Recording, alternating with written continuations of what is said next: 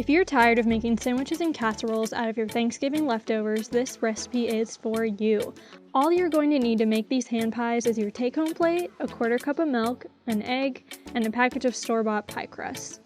After we gather all our ingredients, the first thing we're going to do is preheat our oven to 350 degrees and line a baking sheet with parchment paper. The next step is to roll out our pie crust on a floured surface until it's about 1/8 of an inch thick. And then we're going to use a large biscuit or cookie cutter to cut out our hand pies, 4.5 inches if you have it. You should end up with about 12 rounds. Now we get to build our pies. Beware, this is going to get a little messy.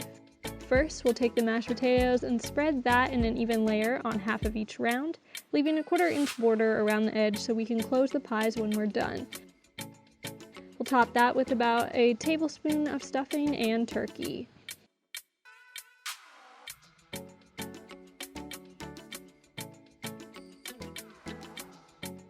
When we're done with that, we'll mix together the egg and milk in a small bowl to make an egg wash, and brush that around the 1/4 inch edge that we left clean. Then we're going to fold over each round into little half moon shapes and struggle to make everything fit. We're going to get our egg wash out again one more time to brush the tops of the pies and make 3 small slits on the top of each one to help the steam escape while baking. Pop those in the oven and let them bake for 30 minutes until the crust is a good golden brown.